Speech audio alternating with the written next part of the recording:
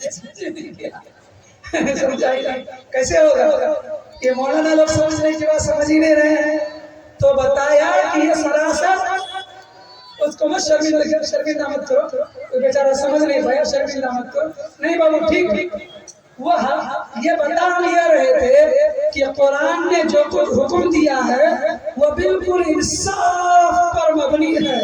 یہی ہونا چاہیے, اس کے علاوہ کچھ نہیں ہونا چاہیے, نہ اس سے آگے ہونا چاہیے اور نہ اس سے پیچھے ہونا چاہیے. اور لوگوں آپ کو اگر کوئی بات بتا دی جائے اور یہ دیا جائے کہ اسلام کا قانون ہے, یہ میرے نبی فرماتے ہیں, یہ اللہ کا حکم ہے, تو آپ کو ہر حال میں مان لینا ہے. آپ کی کھوپڑی میں بات آئے یا نہ آئے, آپ کی کھوپڑی قبول کرے یا نہ کرے, بس یہ جان لینا ہے کہ میرے رب کا فرمان ہے, میرے نبی کا فرمان ہے. بس ہماری اسی میں نجات ہے. ہماری عقل اس کو سمجھے یا نہ سمجھے. اگر آپ شک میں آ جاؤ گے تو میرے دوستو پھر یہ شک میں کفر تک پہنچا دے گا. اللہ ہم سبوں کے ایمان کی حفاظت فرمائے. میرا وقت ہوا چلا, بس 5 منٹ میں اپنی ماں بہن سے ایک بات کہوں. میرے ماں بہنوں سنو, 2 کردار ہیں. کئی کردار ہیں؟ 2. اے حافظ قرآن لوگ سنو, قرآن کیا کہتا ہے؟ قرآن کہتا ہے وراودته التي هو في بيتها عن نفسه وغلقت الابواب وقالت هيت لك. حضرت یوسف علیہ السلام کا واقعہ ہے. حضرت یوسف علیہ السلام کو ان کے بھائیوں نے کنویں میں ڈال دیا, وہاں سے اٹھا لیے گئے, مصر کے بازار میں فروخت ہو گئے, بادشاہ کے مکان میں پہنچے. بڑے حسین و جمیل تھے, بڑے گورے چٹے تھے, ان کی خوبصورتی کا چرچا تھا. جس گھر میں وہ گئے اس گھر کی مالکن ان پر فریفتہ ہو گئی, جس کا نام زلیخا تھا. وہ لوگوں کیا کہا؟ وراودته التي هو في بيتها عن نفسه وغلقت الابواب. دروازوں کو بند کر لیا, 7 دروازے تھے, 7 کو بند کر لیا. وقالت هيت لك. زلیخا نے کہا او یوسف آ جاؤ, آج میں تیرے لیے بن سور کر بیٹھی ہوں, میں تیرے لیے تیار ہوں. دروازے بند ہیں, کوئی نہیں دیکھتا ہے. حضرت یوسف بھاگنے لگے, پیچھے سے ان کا دامن پھٹ گیا. اور میری ماں بہن, وہ ایک زلیخا کا کردار تھا جس نے کہا تھا ہائی طلب آ جاؤ. میری ماں بہنوں, پوری دنیا جانتی ہے قیامت تک رب نے قرآن میں نازل کر دیا, ان کے الفاظ کو قرآن کا لفظ بنا دیا. قیامت تک آنے والے انسان وہ قرآن کریم کی اس آیت کی تلاوت کرے گا اور حیثلت کے لفظ کو پڑھے گا. تفسیر جب پڑھے گا تو وہ یہ جانے گا کہ وہ زلیخا تھی جو حضرت یوسف کو اپنی طرف بلا رہی تھی. میری ماں بہن, آپ کو یہ بتایا گیا آپ کا کردار حیثلت کا نہیں ہونا چاہیے. کوئی رات کو فون کرے تو یہ مت کہنا حیثلت آ جاؤ. کوئی رات کو آپ کو بہلائے, کوئی رات کو آپ کو پھسلائے, آپ کو اس کے بہلانے میں پھسلانے میں نہیں آنا. اور میرے نوجوانوں, آپ حضرت یوسف پر ایمان رکھتے ہو, کوئی لڑکی اگر آپ کو اپنے حسن کا چرچا کرے, واٹس ایپ میں اپنے حسن کو ظاہر کرے, فیس بک میں چھوڑ دے, آپ کو حیثلت کہے, آپ حضرت یوسف کا واسطہ کبھی آپ اس کے سوچوں میں مت آنا. تو ایک کردار تھا حیثلت کا جو عورت پکار کر کر رہی تھی, اور دوسرا کردار تھا حضرت یوسف علیہ السلام کا. میری بہن کو حیثلت کا کردار نہیں ادا کرنا ہے, آپ میرے بھائیوں کو حضرت یوسف کا کردار ادا کرنا ہے.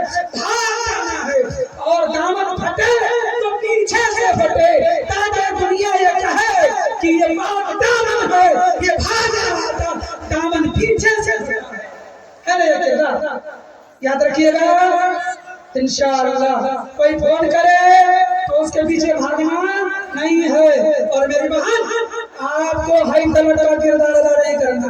اور دوسرا کردار ہے سورہ قصص. حضرت موسیٰ کا واقعہ معلوم ہے. وَلَمَّا وَرَدَ مَاءَ مَدْيَنَ کیا کہا؟ حضرت موسیٰ علیہ السلام ہیں، تھکے ہارے ہیں، چلے جا رہے ہیں، دن کے اجالے میں ہیں، ایک درخت کے نیچے میں آرام کر رہے تھے تو دیکھا کہ ایک کنویں پر آ کر آپ جیسے نوجوان لوگ اپنی بکریوں کو پانی پلا رہے تھے۔ کچھ کنارے میں دو لڑکیاں کھڑی تھی جن کے ہاتھ میں بکریاں تھی، وہ بہت دیر تک باری کے انتظار میں کھڑی تھی۔ حضرت موسیٰ وہاں گئے، کہا ما خطبکما، تمہارا کیا معاملہ ہے؟ ان لوگوں نے کہا حتی یصدر الرعاء لا نسقی حتی یصدر الرعاء، ان دونوں بچیوں نے کہا کہ میری باری ابھی نہیں آئی ہے، سارے چرواہے جب پانی پلا لیں گے، جب وہ کنواں خالی ہو جائے گا تب میں جا کر پانی پلاؤں گی۔ تو حضرت موسیٰ نے بکریوں کو پکڑا اور لے جا کر پانی پلا کر دے دیا۔ یہ دونوں بچیاں گھر چلی گئی۔ ان کے باپ نے حضرت شعیب نے دیکھا کہ آج وقت سے پہلے آ گئی، پوچھا باپ نے کیا ماجرا ہے بیٹی، بہت پہلے آ گئی ہو؟ تو انہوں نے یہ بتایا ابا حضور ایک نوجوان تھا جو بڑا اچھا تھا، بڑا امانتدار تھا، ہمیں دور میں کھڑا دیکھا تو وہ آیا، میری بکریوں کو لے کر گیا اور جا کر کے اس نے پانی پلا دیا، اس لیے میں آج جب گھر آ گئی۔ پھر میرے نوجوان سنو زور سے، آپ کو دیکھ کر بات کرتے ہیں، مجھے دیکھ رہے ہیں کیا کہا؟ تو اس کے بعد